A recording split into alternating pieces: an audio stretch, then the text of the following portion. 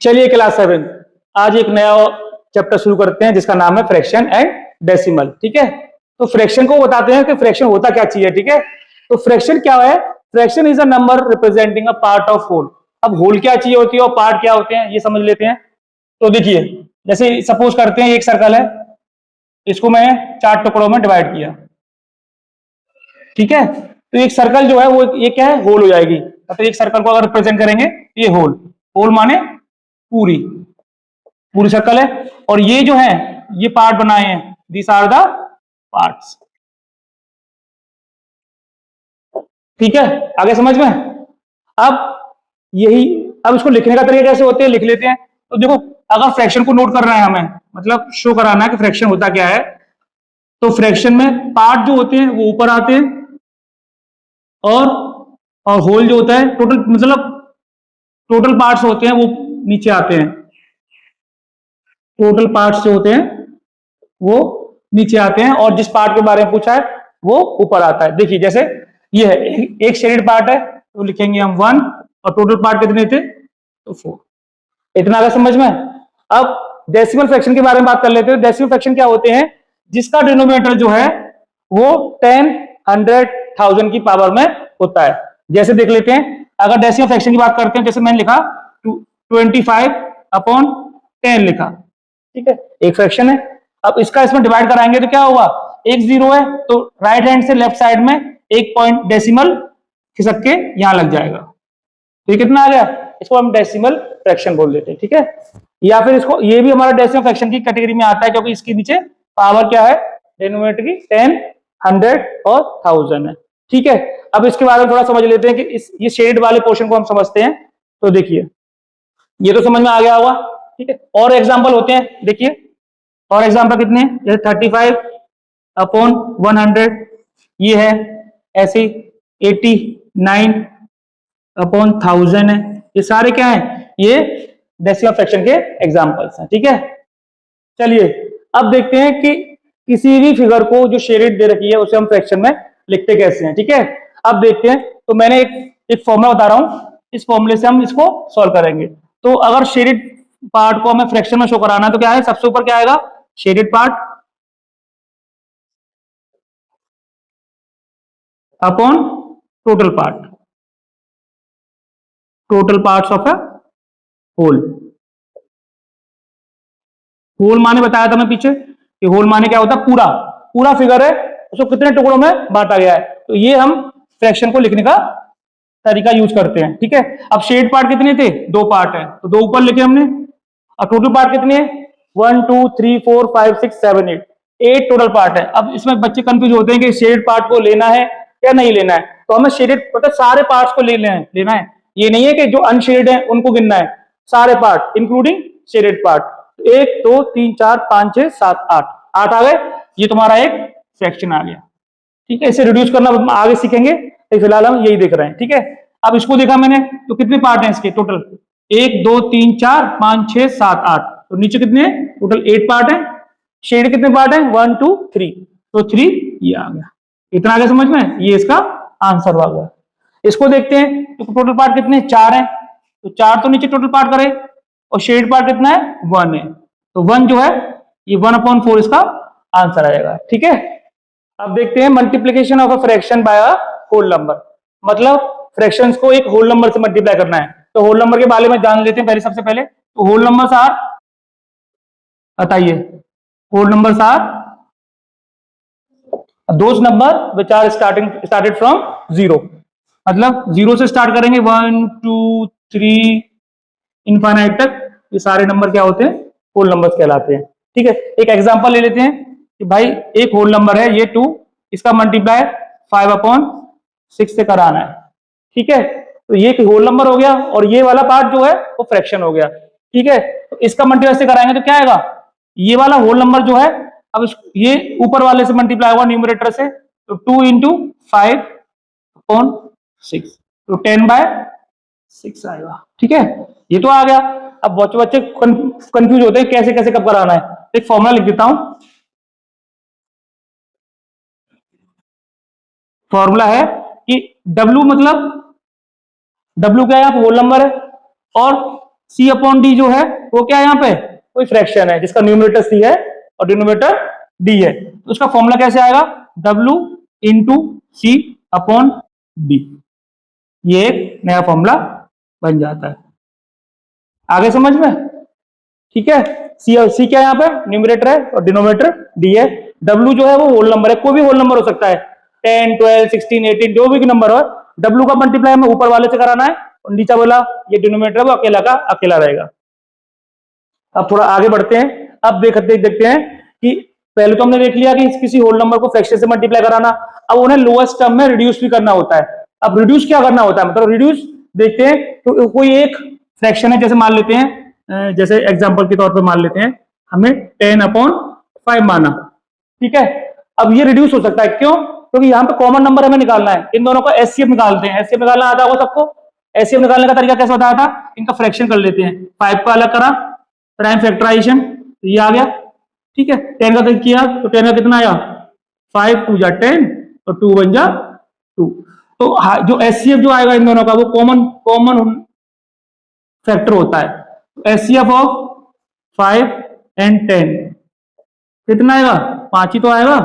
देखो 5 यहाँ कॉमन आ रहा है और 5 यहाँ कॉमन आ रहा है, ये निकालना सीखा हुआ अपने एचसीएफ निकालना, ठीक है। तो मैं दोबारा थोड़ा लंबा नहीं आऊंगा, नहीं करेंगे। तो इस एचसीएफ से इन दोनों को डिवाइड करेंगे, तो इससे 5 का इससे कराया, 5 से इसको कराया, तो कितना आएगा 2/1, उसको हम 2 भी लिख सकते हैं।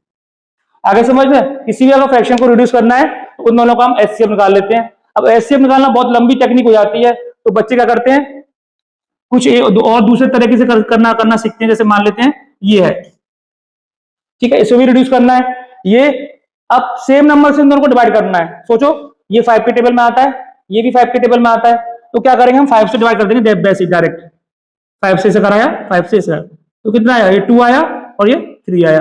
अब 2 और 3 जो है एक लोएस्ट टर्म है, क्यों, क्योंकि आगे ये फर्दर रिड्यूस नहीं होंगे, किसी से कैंसिल नहीं होंगे।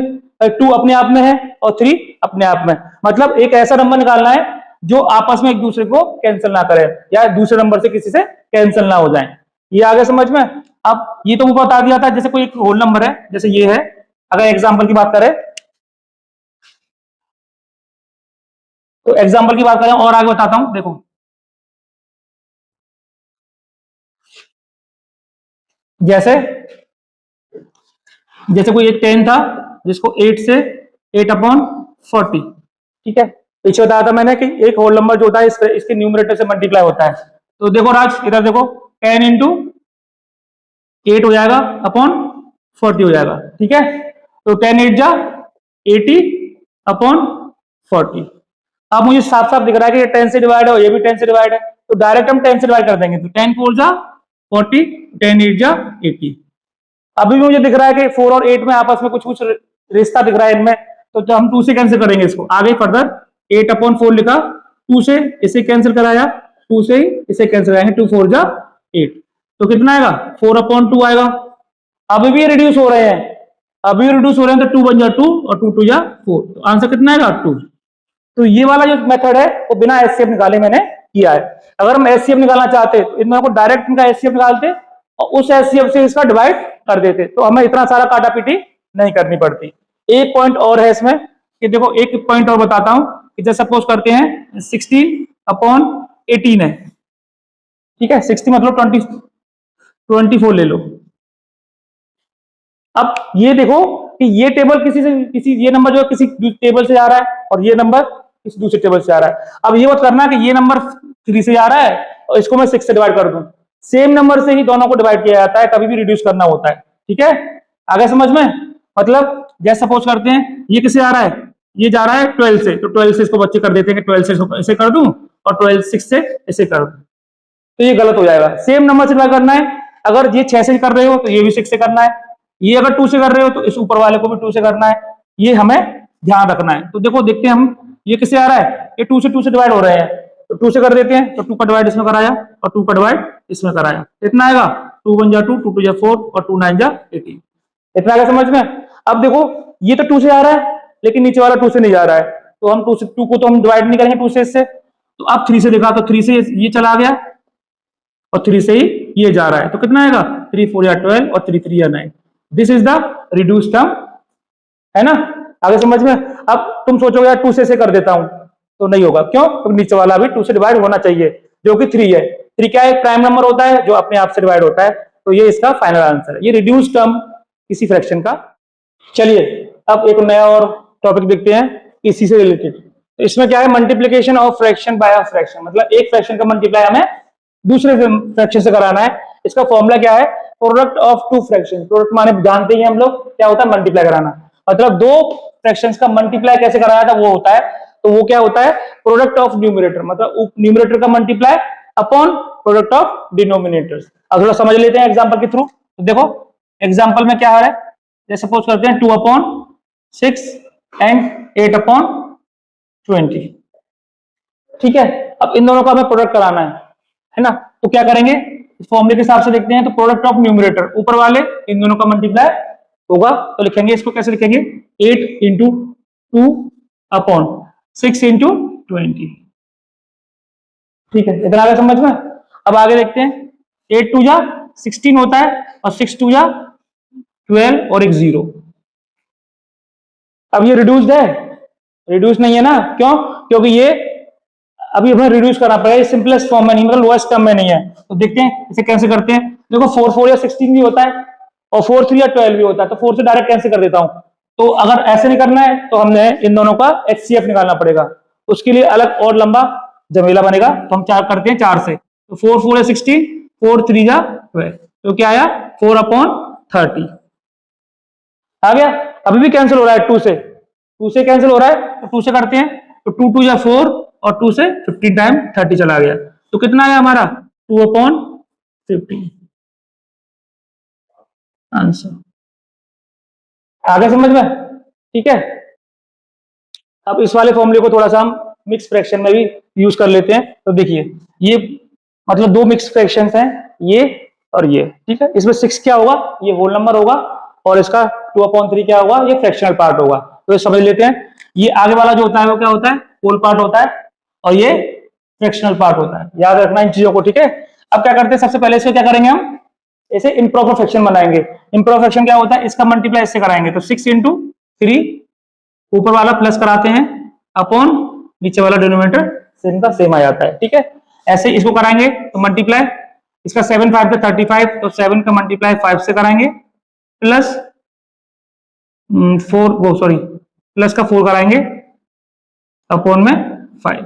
ये थोड़ा ब्रैकेट लगा लेते हैं यहाँ पे जिससे कंफ्यूजन ना हो। तो 6 3 18, 18 प्लस 2 20, तो 20/3 मल्टीप्लाई 35 प्लस 4 39, 39/5।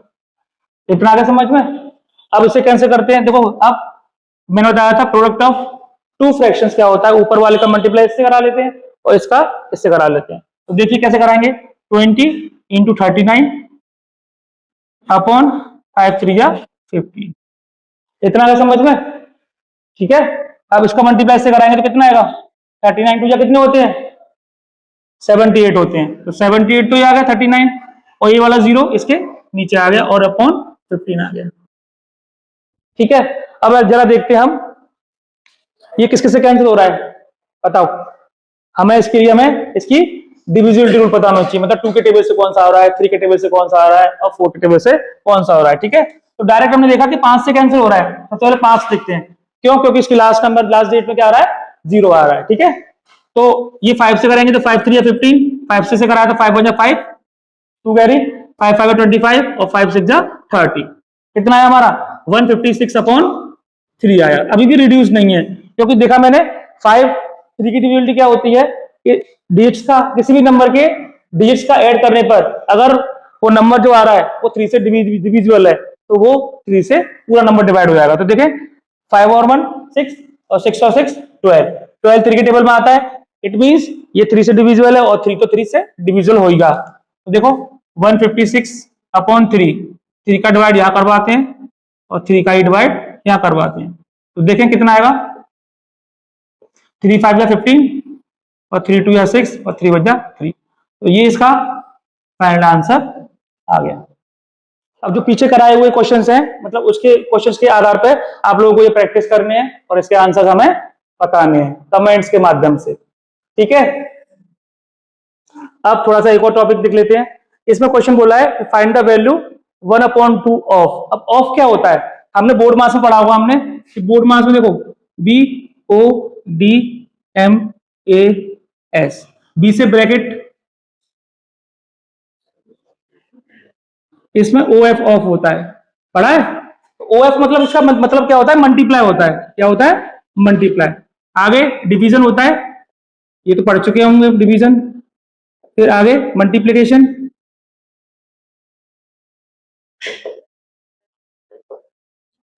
ठीक है, और आगे तो आपको आता यही वाला, ठीक है।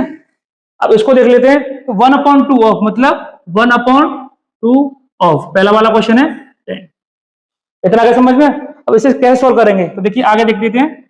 ऑफ की जगह क्या लगाऊंगा, मल्टीप्लाई का साइन, तो मल्टीप्लाई का साइन लगाया 10 आया, ठीक है। अब मल्टीप्लाई साइन का लगाया। अब मैंने बताया था कि जब कभी होल नंबर जो होता है अगर फ्रैक्शन के साथ मल्टीप्लाई हो रहा था तो होल नंबर जो है वो उसके न्यूमरेटर के साथ मल्टीप्लाई होता है। तो देखो 10 इंटू 1 अपॉन में कितना आया, डिनोमिनेटर 2 ही है। अब 10 इंटू 1 क्या होता है, 10 ही होता है, तो 10/2 कितना आएगा, 2 5 10। इतना आया समझ में। एक क्वेश्चन करा देता हूं इसमें, बी वाला, सी वाला खुद कर लेना। ए वाला हो गया, ये बी वाला हो गया। बी वाले में देखते हैं 1/2 ऑफ, ये 1/2 ऑफ जो है कॉमन है, इसके लिए इसके लिए इसके लिए, मतलब 1/2 को इनके साथ में ऑफ लगा के लिखना है, फिर इनके आंसर्स निकालने हैं। तो 1/2 ऑफ 18, तो 1/2 इंटू 18 आया। ये भी एक क्या है, होल नंबर है, और ये एक न्यूमरेटर है।